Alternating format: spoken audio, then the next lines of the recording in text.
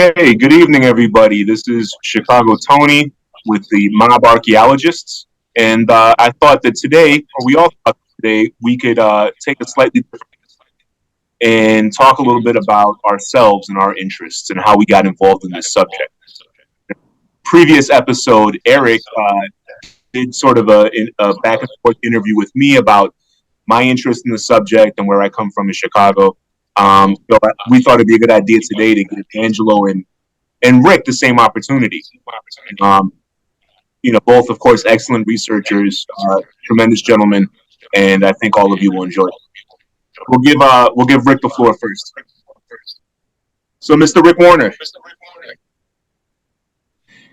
of course, I think now we've already done a number of episodes. People should be familiar with us. Some people may know a little bit more about you just because you do have, you have a long history researching the mafia and organized crime, and you also have a history as a published researcher and writer on the subject. But how did you get involved? If I can go back to what first stimulated my interest, it's going way back when I was a kid. I think it goes back to an episode of Star Trek. There was an episode, I used to watch it in syndication as a kid, and they had an episode where they went to a planet dominated by gangsters. They found a book about the gangs of Chicago. And I think that stimulated something in me. And also as a kid, growing up, a close relative of mine had a connection to through another person to Capo regime of the Los Angeles crime family. So I hadn't met this person myself, the Capo regime, but this. But I knew somebody, it's kind of a 6 degrees of Kevin Bacon kind of thing. But he used to talk about him and talk about other people connected to organized crime that he knew, and so all these things stimulated my interest. And one day I acquired the book as a teenager called Blood Letters and Bad Men by J. Robert Nash. And there was something about the guys that were in syndicated crime and organized crime, mobsters, in that book, and they were connected to the other mobsters and other pages of the book, as opposed to the bank robbers that were independents. And I thought those connections were interesting. They kind of stood out to me, and there was a history behind them. They went way back to Sicily in the early United States, and there was a continuity behind it, kind of like a royal succession or list of the presidents kind of thing. There's one replacing another, and there was kind of a mystery about it that stimulated my interest. And so I wanted to find out more about these groups. So when I had the opportunity to start looking things up, I'd look up the New York bosses. I got a book on Carlo Gambino, books about Chicago and Al Capone, and and I'd read about the Los Angeles mob in the newspapers. So all this stuff kind of piled up, and I got more serious and did a little genealogical research to supplement it, find out the background of these guys. And then on the internet, I found these different groups. And one of the first people I think I was in contact, I'm still in touch with today, was Scott Deitch, who I bought a report from off of eBay about the Denver mob, and that was one of the first government reports from outside of California, New York, and Chicago that I bought, and plus being in a group, it connected me with other people, and I encountered David Critchley, and soon we teamed up to research his book on the origin of organized crime in America. And so we went to New York together, went to the National Archives, to the New York Public Library, and dug up all kinds of information. So uh, it was a big investment of time that I thought was well worth it. You know, just uh, and it it brought me into kind of a more academic way of writing um, about organized crime. And then I got hooked up with a journal. One was called On the Spot. If I recall correctly, I think Rick Maddox used to write about organized crime and Chicago gangsters. Uh, Ran this publication, and I put out my first article on organized crime. I believe it was about the Axeman of New Orleans, and then after that, Tom Hunt started his journal, Informer, and I put out several articles on that. One on Anthony D'Andrea, the Chicago Mafia boss, and Vito DiGiorgio, the earliest known boss of Los Angeles. And, so now I'm working on several books and, working on something on Chicago, another thing on Los Angeles. And, it's a long process because I'm a little bit OCD on some of the details. I try to be correct because I want something that could last a long time. I don't want something that needs to be fact checked later on. Yeah. So that's where I'm at. So I got there. Excellent. Just based off of that introduction, I have a couple of follow up questions. All right. Well, thank you, Rick, for that summary of your history and your involvement in the subject. I have a couple of questions as follow ups just from your statement. One of the things you noted earlier was that after you became interested in the subject of organized crime and the mob, one of the areas of interest that you developed was genealogy, and that's interesting to me because I think that's something that's a shared focus for all four of us here at the Mob Archaeologists. It's something that I think that we have as a shared interest, and it is, I think, a central part of our kind of broader, perspective or frame of reference on this subject. And so I kind of like to hear how you got into the question of genealogy.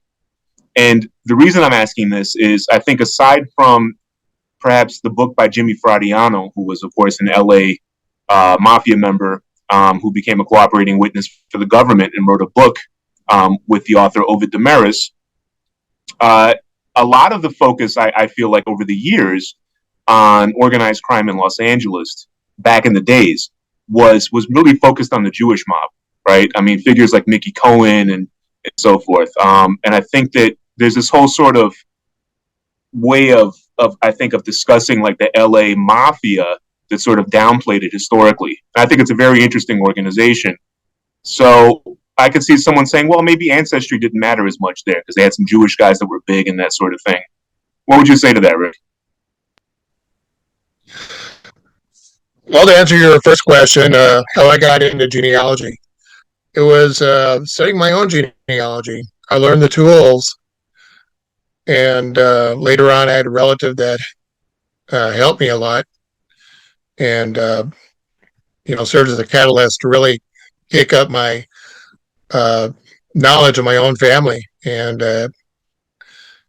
so it is the tools that I learned from sites like Ancestry.com, Family Search. I think there was also Family Heritage, and going to the um, family history centers that they have at a lot of Mormon churches, and even going to the National Archives. And and finding material over there before the census was made available on these sites. Yet that's where you had to go to the National Archives and look up census material. So you know, people don't have to do the same amount of legwork these days that we had to do, you know, 20 plus years ago. And that's your question about Los Angeles. Um, yeah, I agree that there's a lot of interest in the Jewish monsters like Mickey Cohen and Bugsy Siegel, you know, and there's a lot of misinformation about it, and a lot of it comes from the media. And speaking of Bugsy Siegel, there was a movie made about him that is uh, off in so many ways that I get a little frustrated inside every time I watch it. You know, I mean, Warren Beatty does play, he is entertaining as Bugsy Siegel, but it has very little to do with what actually happened. Making a mafia boss bark like a dog, that's just what happened. Um, if he even mentioned something like that, he wouldn't come out alive. And Los Angeles does have a long history that a lot of people just don't know about. Um, their earliest boss, people with some knowledge of Los Angeles might be aware of, is Jack Dragna or Jack Dragna. Uh, Real name was Ignacio Dragna, born in Corleone, and he was boss from 1931 to 1956. He attended the Kefauver hearings and gave testimony, and he was in the newspapers quite a lot. And when Jimmy Fradiano was made, he was the boss at the time. But through digging, we've uh, and and through the works of Nicola Gentile, we learned that there was an earlier mafia boss, Vito Di Giorgio, and it turns out that he wasn't a boss in Los Angeles for very long because he was shortly killed while trying to save his own life in Chicago in 1922. And there were others in between, Rosario de Simone, the father of Jack Dragna's successor, Frank de Simone, and Joe Artizzone or Joe Artizzone. And there were people even before them, but we don't know what rank they held. There's several candidates for who could have been a boss. But there's an interesting history, that we see that there's quite a number of people associated with organized crime, and maybe part of it who hailed from Corleone. And there was another group that hailed from Piano de Greci, and which is kind of interesting because Piano de Greci in Sicily is an arborist community. People originally from Albania who escaped persecution in the 1500s, and they settled there, and they have they celebrate Eastern Rite Catholicism, and so in some ways they didn't historically fit in, but in plenty of ways they did, and it seems they did over here. But there's apparently a report that there was a little bit of conflict based on their origin, that they were looked as second-class citizens to those who didn't have that Albanian heritage. So it's kind of interesting. It's an interesting background to the origins of the Los Angeles family who is here originally. And, if I were to venture a guess, I'd say it probably goes back to maybe the early 1900s, somewhere between 1900 and 1906. But that's just an educated guess on my part. But yeah, it's, very fascinating. Yeah, I agree that when you start getting into this subject, and you start delving into who these people were, right? Not just who their criminal connections were and how the newspapers wrote about them and what a book says about them, but oftentimes a lot of the books you'll read about these people, it may not say anything beyond so and so was a Sicilian. Sometimes they're not even right about that. They'll call guys who were mainland Italian Sicilians because they were connected to the mob, right? But when you start getting into these things, you just become interested. Okay, you want to get the facts right. You want to find out when they were born, where they were born, if they're born in the U.S., who their parents were, and when they arrived in the country. Even if you don't know that the ancestry and the hometown dynamic was a really important part, not just of the mafia, but in general of the process of Italian settlement and the dynamic of how Italian Americans became incorporated into the fabric of communities in this country. That'll start emerging to you. I think as you start digging into the subject. So as you note, Rick, if you know anything sort of about the early mafia, people are familiar with, two episodes already discussing Giuseppe Morello, right, and the Corleones, family, which splits and becomes what we today call the Genovese and Lucchese families in New York, right? I mean, this is one of the most studied and written about mafia organizations in this country. So it's interesting if you start looking into some of these people like Jack Dragna, right, to notice, oh, they're actually from the same town as Giuseppe Morello and a lot of these guys that were influential early on in New York. What's up with that, right? And then you start tracing these connections. Maybe you start learning more about the overall history, what was happening in Italy with reunification, migration from the South, especially, to the U.S., to New Orleans, New York, and to other ports, other cities, right? And over the years, you start kind of weaving all of these together into a larger kind of story, right? And by no means, of course, are you a an LA expert, and that's it, right? I mean, you have years and years of researching the mafia all over, right? All over this country, different connections back to Sicily and Italy. But it's always interesting, of course, when someone comes from a specific place without getting into personal details. I mean, you are from the Los Angeles area, right? Yeah. The mob archaeologists, we basically have the four corners of the country of the continental U.S. kind of mapped out for the most part, right? So it's interesting. I mean, obviously, I'm from Chicago, and most of my research focus on the mafia, centers on Chicago, right? But even if one has a narrow focus, we do this all the time. We make these connections. These things don't exist in silos, right? These things were not independent organizations that just kind of found each other over time, right? They grew up and emerged in constant interaction as part of a larger network, both within the U.S. and also spanning the Atlantic, right? And that's not just the frame of reference that we impose on it. That's how the membership saw it, right? And that's also what emerges, from the documentary evidence as well as some of the oral history evidence that we have. Yeah, I that's another element that fascinates me. How the the interconnections between the different families.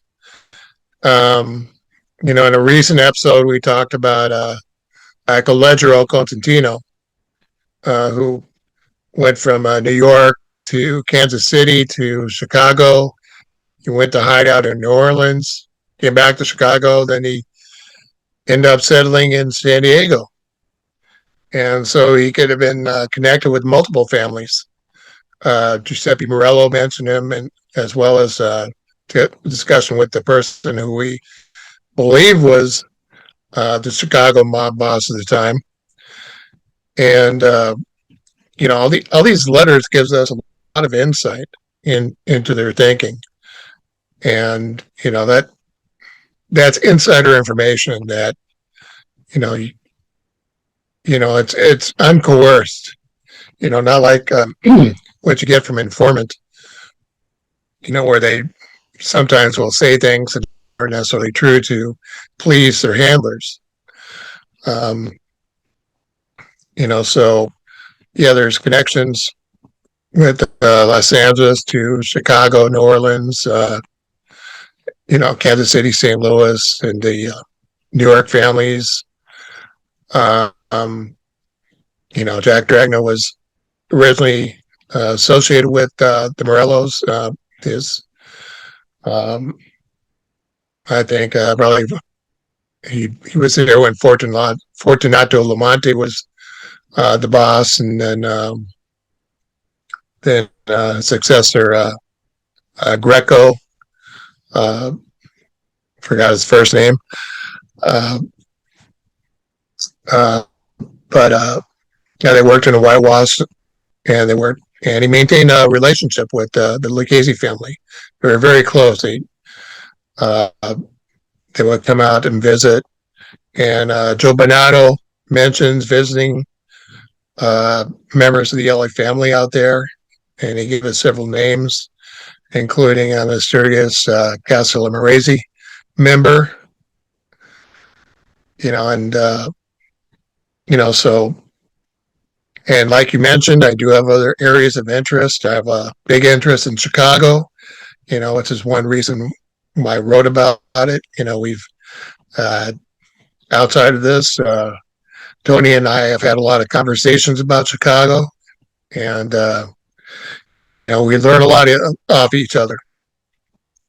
You know, I, you know, I, I've learned so much more, um, through our brainstorming sessions than what I was able to do previously. And you know, I, and with Angelo, we, and another gentleman named Leonard, we worked on a project about the early history of the New York mob, and I also have an interest in the early New Orleans crime family. There's a lot going on, and it's really the early history that fascinates me the most because it's so mysterious. Yeah, that's important stuff. I mean, you mentioned the Informer article that you wrote about the early New York mafia with Angelo and Leonard, like you said. I think that probably for all of us, one of the things that also animates us is kind of pushing beyond the received narratives, some of which may have been in place for a long time, some of which may be based on, what was the state of historiography on the subject in the past. Some of it is essentially myth, right? That's been repeated, whether it came from law enforcement, whether it came from the newspapers, whether it came from some book a guy wrote, and there might not even be a source for where the person made the claim. Some of these things get repeated, and especially when there hasn't been a lot of reinvestigation based on what primary source documents do exist, right? But I mean, one of the sort of myths that you'll see is that the American mafia was founded by Giuseppe, Piru, the Clutch Hand Morello, right? And I think both two of your areas of interest kind of do cut against that, right? In the sense that you have this article in the Informer that again was written by you, Angelo, and Leonard, looking at the early history of the mafia in New York, and we've discussed that in the show in the past, and I think we're going to have some future topics that kind of can touch on this and the role of Ignacio Lupo early on, right? Maybe the way this has been misread by some of the previous interpretations of it, right? But Giuseppe Morello did not found the American mafia. He didn't found the New York mafia, according to multiple sources of evidence that we have available, right? And New Orleans is another example. And we also know that even within the sort of oral history of the mafia, we've spoken to Michael DiLeonardo before, right? I mean, there's an awareness even among some of the members of the mafia, even into later decades, that New Orleans is a really, really old family, right? And we know even under the condition following 1931 that they had a sort of quasi-independent status, right? Because and that was apparently given to them because they were, recognized as the oldest family in the country. And as far as we know, they go back to about the 1850s. So New Orleans is fascinating. It's actually developing in New Orleans contemporaneously with its development in Sicily. It wasn't like it started in Sicily and then whole cloth got transported to New Orleans. From the very earliest time in the mid 19th century, it's kind of, we can presume, moving back and forth with the produce trade, with immigration. It's a very interesting thing, right? So there's a lot that goes back a lot farther than, the idea that Giuseppe Morello founded the American Mafia. That's true nationally. It's true for New York. So sorry to, I think you'd agree with that. That's when I've read your writings, I've talked to you many times about this. This is one of the things that I see as a major contribution that you've made, is sort of delving deeper under these sort of received narratives that we have, right? Um, a lot of times they're not the whole truth. And in some cases we have better resources available that people didn't know about or didn't have access to in the past. Yeah, that's very true. You know, one thing that kind of struck me earlier on, going back to that book, Blood Letters and Bad Men, there were a lot of contradictions in that book. There were a lot of things in that book I found out that weren't true, or there were generalizations. There were wrong dates, wrong connections. There was a lot of accurate information there too, but it's confusing, for the novice reader who doesn't really know what's going on, what's fact and what's fiction. And in one of those books, he even made up a, a fictional character and claimed he was a real early member of the mafia. Apparently that was meant to throw off people who tried to plagiarize him. So, but it's a kind of misinformation that goes out there, and people could have different reasons for doing it. Most of the times, it's not intentional. It doesn't matter of lack of research. But you also mentioned the lack of resources that were out there.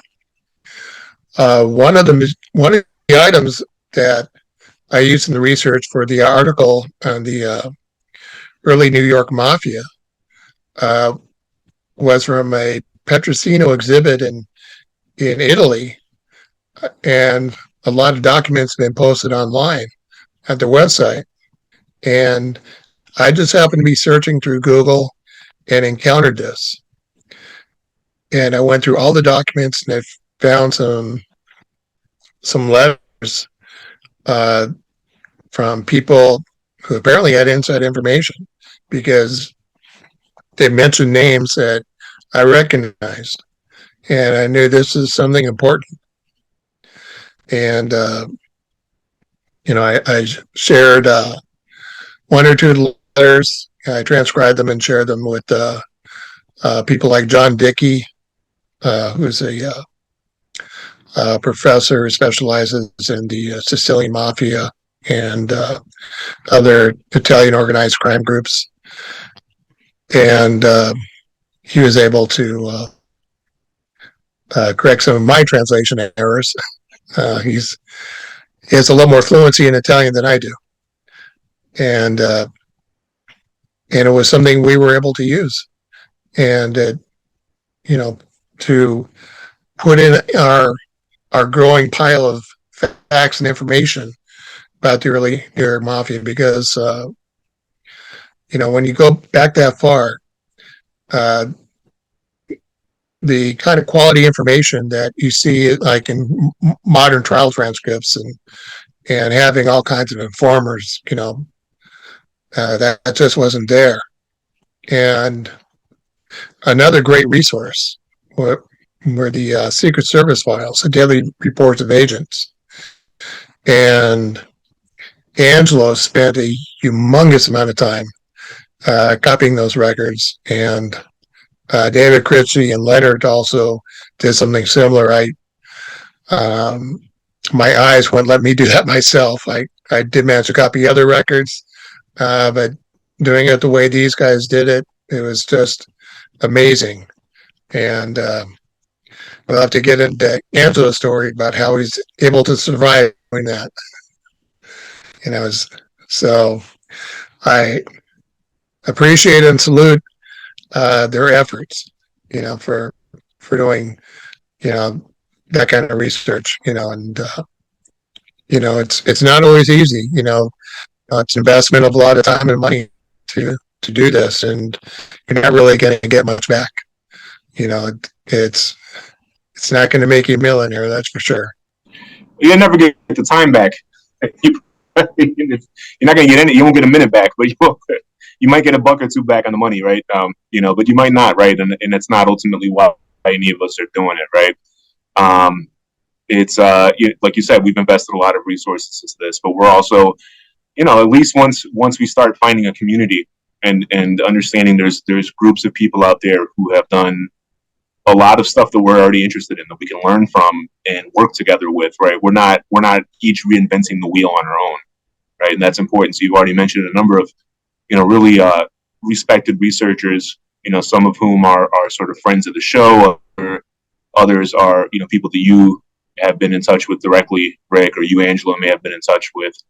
Um, and the Secret Service files, I think that's a good segue into Angelo's story. So the Secret Service files are something I think are going to come up. We're going to have, future episodes kind of delving into this because they're really important. They're important windows onto the very early mafia just after the turn of the 20th century, right? They point to a lot of interesting dynamics and connections, both sort of what we would call operational racket connections around counterfeiting, right? But also organizational connections, right? With what is referred to by the source as the fratellanza, the brotherhood, which was an earlier term imported from Sicily for mafia Cosa Nostra outfit, right? And the it points also to connections to Chicago and connections to other cities too. So it's not just because, again, I mean, these organizations are all sort of local lodges, right, or local iterations of a larger fraternity or society. They move around, they interact with each other, they transfer membership. These are not. This is not a paradigm that we've imposed on the mafia, right? This is how it has been since day one in Sicily. This is how it arrived on the shores of this country. And this is how it's evolved over time in both places, bouncing around, right? So, Angelo, with that, that's my gesture, salute, and thanks to you, of course, for the work that you've done. And you're a very humble guy, so I'm sure you'll shrug it off. But all of us have to. We all owe you a tremendous debt of gratitude. I'm sure I've told you that before, but it's just for the audience, Works both ways. Yeah. So go ahead. How did you get into the subject? We've heard from Rick. Audience heard from you before. What's up with Angelo, International Man of Mystery? I fell into it. Started with some books. Really, the first book that I read was The Mafia Dynasty by William H. Davis. We can criticize that book now, but back then it was the second coming. I really brought home to me that this was an organization because prior to that book, the mafia was so extract. It was a criminal organization. I don't have any relatives in it, so I know what I'm going to read. So that book really taught me that there was a lineage and a succession to these groups. John Gotti succeeded Paul Castellano, who succeeded Carlo Gambino and Anastasia, and back and back and back. And that inspired me to wonder, how far back does this go? How far back can I trace these people? So when I was 16 years old, I had this really big chart, and it grew into the 6x8, and it had every boss from 2000 going back, and I took it back as far as I could. Today we look at it and find faults, left, right, and center with. I think we had Lucchese succeeding Pellegrino Morano. Don't laugh. So that was my first book. That got me into looking up the Last Testament of Luciano. And for most people, you read that book, you find it riveting. And then eventually I found my way onto the forums. The first forum I went to was New York Mafia History, and I go on there and you have a bunch of different people having conversations. And, I'm new. I read a few books, so I think, I know everything. So I have listening to a thread where people are discussing Luciano's drug involvement. And I'll never forget it because I'm like 16, 17. I go in there and I'm like, I don't think Luciano was involved in drugs. You read his book, he's really adamant that he didn't do it. And I got taken right to task by the researchers. These people were dry, they were academic, they had no time for BS. And they told me, you didn't read the court transcripts, you didn't read the personal testimonies, you didn't look up these documents. And I was like, wow, there's a whole other side to this that I'd never looked into. So yeah, it starts with books, but then you get off the beaten path. You then go into SS records, FBI reports, census reports, immigration, genealogy, so many different outlets and ways where you can take this to acquire more information and build a hierarchy of sources. because there's a lot of misconceptions. Most books are based on books that are based on incorrect books, which is why most books are going to talk about 1931 as being the formation of Luciano founding the American Mafia, because most people today that are working on this, they're not historians. They don't want to, they just want to do a quick precursor and move into today.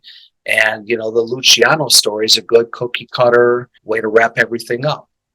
100%. I mean, we talked about the Luciano thing, you know, at some length, the Capone thing, and how that sort of really, you know, obscures his own role. And it, you know, what I think is interesting about him and how he fits into a larger local and national, you know, organization and dynamic, right? As well as all of these things that we now know go back, you know, long before 1931.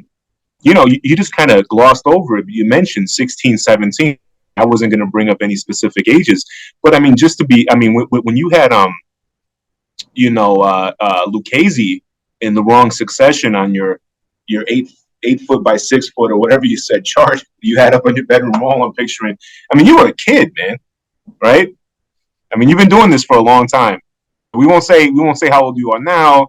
Well, you know, but this is something you've been doing for a long time. This is not, you know, Rick, the same thing, right? I mean, but this is something you were a kid and you developed this interest and you got so into it that when other kids were doing, who knows what they were doing, right? They were collecting, I don't know, albums or, you know, not that you weren't doing that, but you had an 8 foot succession chart of mafia bosses on your wall, right? Well, it wasn't printed. It was Yeah. digital. I was working on it. I never finished it, and it just got to be too big. Okay, I literally pictured that you had it up on your bedroom wall or something with like post-it notes or something. No. Yeah. Okay. Explain that. Yeah. Explain that to your mother, right? Yeah. But Or women. Yeah, but that's well, your girlfriend if she comes over, right? So that's still, but I mean, it's and this is something you were doing, like you said, you got interested in, you read a couple books, you started trying to piece it together. As you noted, a lot of books that are out there. This is not an attack or a knock on the authors, right? Rick noted earlier. I mean, the way I would say is there's often this subject has been approached by a lot of previous writers with a lack of rigor. A lot of it is done from a sort of true crime or sort of popular, almost pulp kind of crime perspective. You know, there's been people like Rick, like the article that you all wrote together, David Critchley, John Dickey, and some other people, Scott, you know, Dietschy, some other people that have done it from a sort of more rigorous historical perspective. You know, we also have people like Scott Bernstein and others that have done it from a more journalistic, you know, sort of oriented perspective, right? But a lot of this stuff that was coming out before, this was sort of a pulp noir kind of faction, like fact fiction, and I mean, they'll often make up entire passages of dialogue, and you're like, where did this? Then Johnny Torrio said, "Al, why don't you come over here?" It's like, where did this come from? Whoever told, you know, and it's, and if you look for a citation, there won't be a citation. It's not.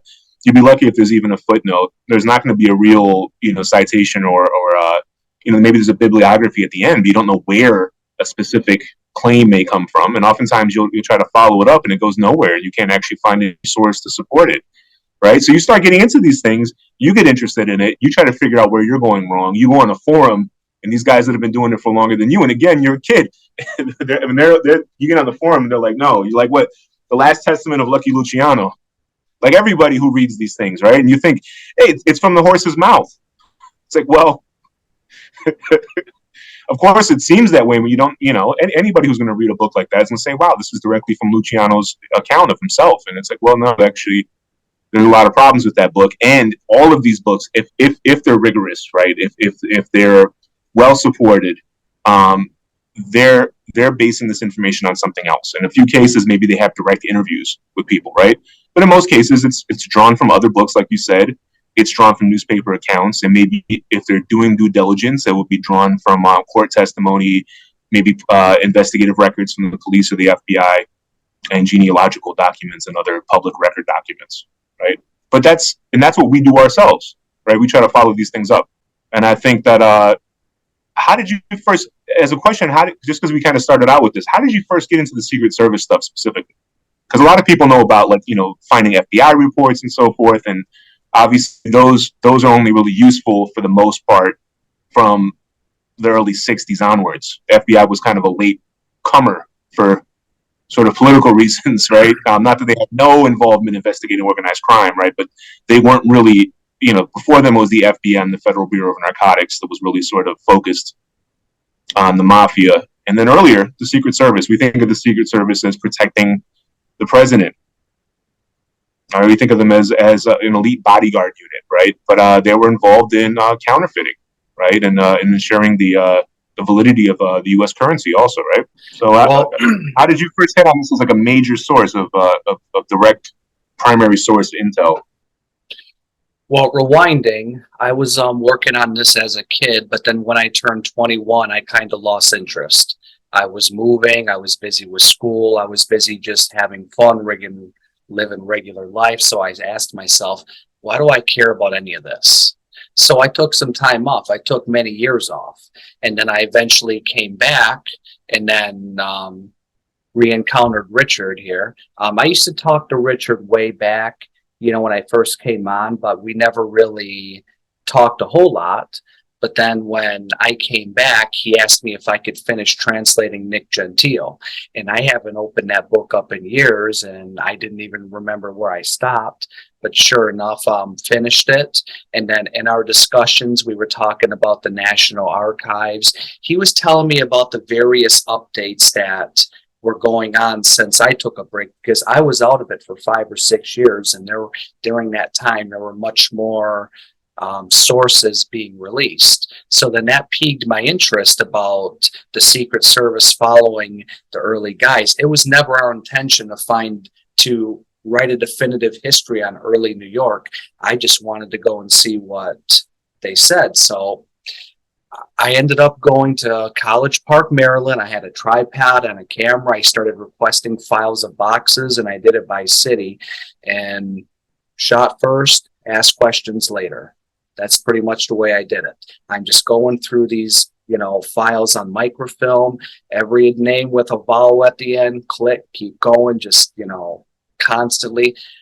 And I went through pretty much all the cities and spanning 3 different decades over the course of a month between 2 different trips. So then got that information and then started going through it later on. And that's how we found certain things that other people missed, because those files are voluminous. When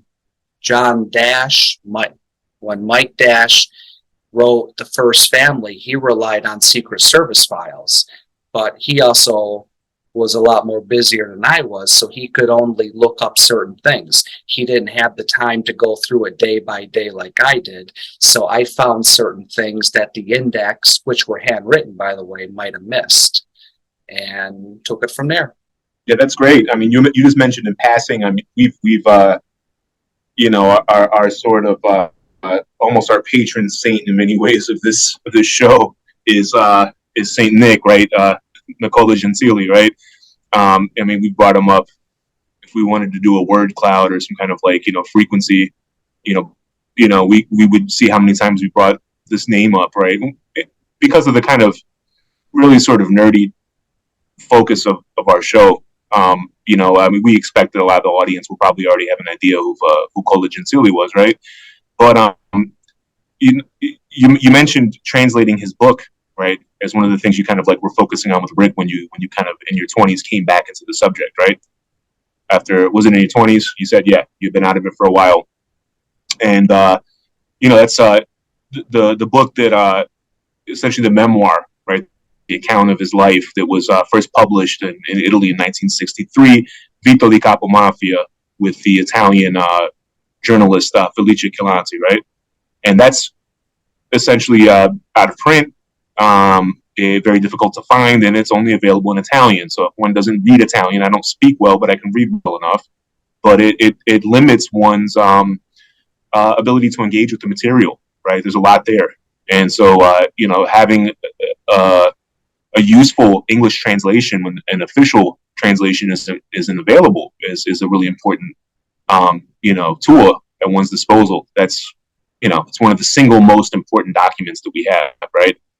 So another thing that you've done, right, that you should be given credit for, I think, Thank you. I tried. Yeah. Yeah, and without getting into your background, personally, I mean, you're Sicilian yourself, right? Yeah. So I mean, not that that really matters here or there, but I mean, it's always, different people are able to give different types of insight, right? And just linguistically and even idiomatically, one could speak Italian, but could be from Milan or something and have no connection to Sicily whatsoever. And even when written in Italian and not in Siciliano, right? Um, Idiomatic details and nuances can get lost, right? There's a certain manner of expressing oneself, even if they're using the standard Italian language. It's obviously different, right? Things have come a long way. Back in the early 2000s, there were still a lot of misconception. I'm sure Rick remembers when Lupo and then Frank Yale were head of the Unione Siciliano with an O at the end. And how Lupo had like 50 or 100 bodies buried underneath the headquarters. And I think Maranzano was killed in his Unione Siciliano headquarters as well. This was a big dispute back then. You had people who were really adamant that there was a Siciliano in New York, and I went and got a New York phone book from 1928, 7, 6, somewhere around there. And I'm like, well, why isn't it in the phone book? There was no Unione listed in the New York City phone book for any of those periods. It was in Chicago, not for New York. Yeah. I mean, we've talked about this before with New Orleans also. Of course, there was dozens, hundreds of equivalent Italian and Sicilian Paisani societies, right? Mutual aid societies that were done to help defray the cost of members' funerals and other sort of social expenses as a way of pooling resources, essentially credit unions. And at the same time, also there were ways of, sort of banding together based on hometown and shared origins as a way of incorporating themselves into the fabric of the Italian American communities and even the broader city, right? And geographic region, right? And in all over the country, of course, there was interpenetration of these organizations and these networks with the mafia from very early on.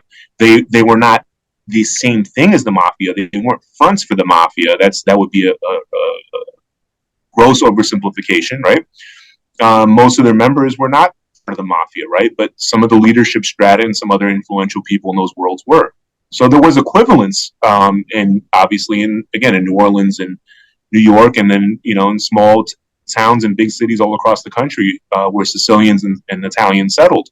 But yeah, the Union Siciliana was a Chicago-based sort of umbrella group whose lodges were formed of these different Paisani societies, originally Sicilian, and then they began to incorporate and bring in members from other Italian backgrounds over the years in Chicago. And they had some lodges in places like Indiana and, some other Midwestern states. But I mean, it was a Chicago-centered and, Chicago-based organization. There's no evidence whatsoever that organization ever existed in New York City or in Cleveland or some other places that I've seen it claimed, right? But it became conflated with the mafia for good reason in Chicago. I mean, the actual formal president of it was Antonio D'Andrea, right, who was the boss of the Chicago Mafia. Rick said, of course, one of his articles, which is still one of the best published, resources I think on the Chicago Mafia in those days. That's available, right, on Antonio D'Andrea. But there's a reason why these things got conflated, but then people have to be really careful and go back and check, right? Yeah. Yeah, real quick, back in the day before newspapers were very, very easily accessible online, you actually had to drive to a university, go through microfilms of newspapers and print them out for 10 cents a copy. Going through the New York Times and other newspapers, I did notice that at some point starting in the 30s to the 40s, Unione Siciliana with an E became synonymous with mafia, both in Chicago and New York. So if you're looking up articles and information from that time, it helps to look up that term with an A, an E, or an O at the end, because it was used interchangeably and it was used to describe the mafia when the original Unione was never formally affiliated with that. Unofficially, yes, but formally, no. Yeah, exactly. I mean, it was founded in the 1890s, and there was a similarly named and perhaps even linked Paisani Society in New Orleans that was also formed around the same time period. I don't know if they were actually formally, in concert with each other, right? But there was, that it was formed in the 1890s in Chicago, and no equivalent body with that name ever existed in New York City. So that's important, right? Yeah, and I remember having to go to, even having to go to the New York Public Library in Midtown Manhattan, and having to access, the old New York Daily News articles on microfilm, right? Things have come a long way, just even in the last 10 years. So we have, not to mention all the genealogical public records documents that we have access to at our fingertips. You have to still understand the kind of texture when you're diving through them, right? You can go in there and not be very effective at looking for what you're looking for. You have to sort of understand what the pitfalls are, the ways that Italian names get mistranscribed, the ways that certain names become, anglicized, having an idea of what Paisani groups are more likely to settle in what parts of the country, what cities, what neighborhoods even. Those are all ways that you can sort of kind of quickly target the information you're going for. And you kind of learn that just from kind of doing it, spending hours and hours and hours doing it, right? So even when it's available at your fingertips, it's not like we can just type in a Google search for something and exactly what we're looking for pops up. We might spend days, sometimes even kind of pouring through, digitized records looking for when a specific person arrived in the United States, and it could be misspelled. There could be all sorts of different issues. Some of these guys also came in under assumed names because they were already affiliated with the mafia or wanted for crimes back in Sicily or southern Italy, right? So, those are things that, but imagine having to do this. Imagine all that you'll miss if you had to do this without a search engine, right? Just pulling through microfilms. Oh, absolutely. And looking at the Secret Service records, going through the agents' summaries of following, counterfeiters around daily, you get the sense that New York City was a very large and vibrant world. There was a lot going on that included more than just the mafia. But then you also had just regular Sicilian crime, Nobledon, Calabrese, Northerner, from Lombardy. What we know about the early period is probably less than 10% if we're being realistic, because there's just no way that anyone can get their fingers around it. Even the SS, they were very limited to what they could do. Those are good points. I think. I think that with all that we've looked into, with all that we have been able to access, there's still a lot that we don't know. It's still sort of a tip of the iceberg sort of situation, even though I do feel that the sort of state of how things are being discussed and written about now is a tremendous advance upon earlier. But I think you just bring up an important point also, that there can maybe tend to be a kind of a black and white, all or nothing, either or sort of thinking around the mafia, because people, from like the bootlegging era, the sort of formation of the modern commission in 1931 onward to like the 1960s, 70s, or 80s, depending on the city, right? The mafia never controlled all crime. It never took a cut out of all crime by any means, even in its main bases of operation, right? But there's this, unfair characterization that the mafia really did dominate a lot of serious organized crime and major cities. Chicago, New York, Detroit, right? In the sense of that they had a lot of influence on racketeers and organized crime and politics and unions, even outside of the Italian ethnic community, right? Parts of Ohio, large parts of Pennsylvania, New England, as well as having more sort of restricted spheres of influence and operation in other parts of the country, right? But before the bootlegging era, as we've said, the mafia has been around for decades by this point in the United States, right? So it's not like, before they dominated organized crime in some of these major cities, they must have been nothing before that. They must have just been these disorganized gangs or these sorts of like feuding kind of old world backward mustache guys and that kind of stuff, right? And there's a lot of gray area there, right? So these are, as we've seen, they're procedurally oriented. They're very tightly organized, the same organizational principles and organizational culture that pertains later is true earlier. It's imported from Sicily. It's moving back and forth. But it has, at least initially, a relatively limited sphere of influence, even within Italian communities, right? We can assume that initially it's mainly able to sort of have influence within specific Sicilian Paisani networks. From there, it sort of moves maybe into the wider Italian community, which in some cities was mostly Sicilian, in some cities was a ton of non-Sicilians, right? So that's something. Even Northerners, like you said, right? Some of these people start falling into the orbit of the mafia. They become partners, or even members in some cities, right? And then also over time, especially in some places like, again, New York, Chicago, and some other places, non-Italian racketeers and gangsters start coming into the orbit of the mafia as associates and partners, right? Your Meyer Lansky's and Murray Humphreys of the world and so forth, right? So this is interesting. I mean, this is happening over the course of decades, right? But this, yeah, like you said, this early period, 1900 something, 1905, right? Yeah, the mafia it's not a disorganized gang or so, kind of loose network. It's a very organized entity, but it has a limited scope within its kind of immigrant ethnic community still. So it's long-winded, but that's, it's a really important point. And I think it's something we've talked about a lot, right? When people talk about the mafia and the type of things that they are involved in, people seem to classify it like it's some large entity, like the mafia is involved in counterfeiting. On the surface, that's true, but it'd be more accurate to say that there's individual members that are involved in counterfeiting. You had members they're involved in a whole different plethora of different things, and when they move about, whether they're doing counterfeiting, bootlegging, the store rackets, whatever you want to call it, they're going to be connected to other people that's in that same industry. They might not be members, they might not even be Italian, but they're going to deal with them, even all the way back in the 1900s. They're going to deal with them, and they're going to do it respectfully and pragmatically. They weren't going around pushing people around and taking over rackets. They would influence or insert themselves into certain rackets more so than they ever try to take anything over.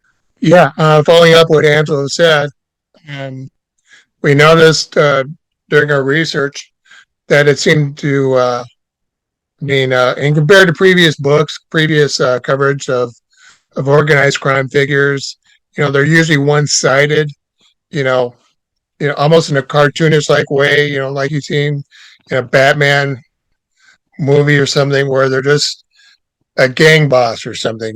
They're just in the mafia, nothing else. These people had lives. They had families. They had hobbies. They had real jobs. A lot of them were professionals. And so what's of interest to us is not this one-sided, one-size-fits-all kind of examination of the mafia and organized crime, but it's to find out what they were really like, what their interests were, and we also noticed that a lot of these Paisani networks for people from let's say the same town, like such as Corleone, we noticed that a lot of them were into lathing and construction. We noticed a lot of the Palermo Lupo's group were grocers and citrus growers. And in the early days, we see people connected to the railroads and mining in Los Angeles during the early years. A lot of them were farmers. So these people had real lives, and they really worked at their jobs. So that's an aspect that's often neglected. And it's something that's also, I think, of an interest to all of us. That what were these people really like, and and outside of being the mafia, or even within the mafia, what kind of professional and vocational networks that they have besides their crime networks, because all those connections matter. Yeah, absolutely. I think that's really important. I mean, you mentioned the Corleonesi in New York being heavily involved in lathing and plastering. I mean, this was true of the Morellos.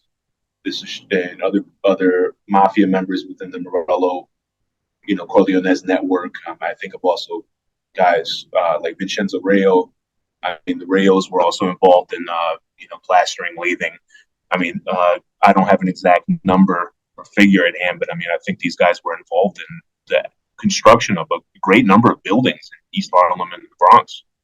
A lot of those buildings in East Harlem, brownstones, commercial buildings, tenements, a lot of them were built by Italians, you know? So, yeah, I mean, these guys were not just racketeers. They weren't just, gang bosses, right? Like you said, and when they had legitimate businesses, or they were involved in, again, like these paisani social networks, the different societe that they had. Some of them were involved in the churches, lay religious brotherhoods, mutual aid societies, politics, even.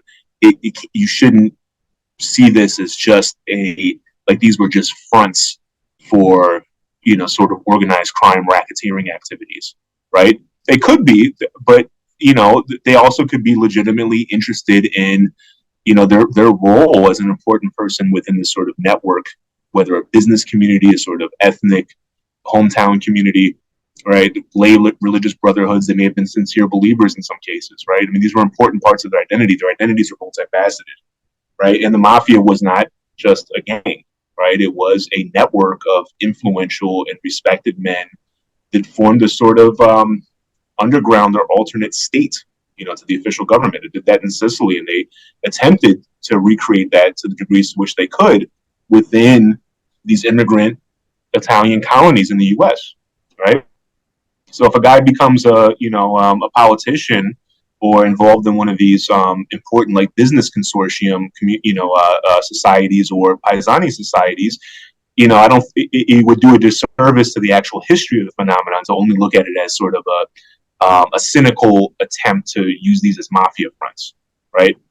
I mean, these were different ways that power manifests themselves, right? It's not all just about extracting revenue from something, right? Some of these things were forms of power and honor that these guys could exercise within the community. That's really important. So if we just see these guys as just counterfeiting gangs, maybe we're going to think, well, maybe they just were acquiring real estate so they could use it for counterfeiting. They could use it for printing money or something in the bait. And they did do that. It's not like they didn't use those things for that, but that wasn't all it was about, right? It was also about using any sort of way the network could provide advantage for its members. And that those members could then in turn provide benefits to clients that were connected to them, relatives, in-laws, people from back in their hometown, neighbors, employees, right? Because that increases your status. You're a big man within your network, not just a mafia network, but there's a network radiating out from each of these guys, right? All right. I'll do an outro real quick, okay? And then I guess we'll have to, all three of us can sort of do like a panel interview where we kind of like grill Eric, can like throw like questions at him, like make him like, what town in Agrigento province was this guy in Buffalo from? Like have like a countdown clock, So this has been a productive conversation, I think. I mean, this is only sort of scratching the surface in many ways. Again, both, Rick and Angelo have been doing this for years. These are two individuals who have dedicated a significant amount of time and energy and resources into pursuing the history of the mafia. And it's always productive and interesting, I think, to see the perspective of how somebody became involved in this, right? And what sorts of things were interesting to them? What were the hooks that kind of grabbed them and brought them into it?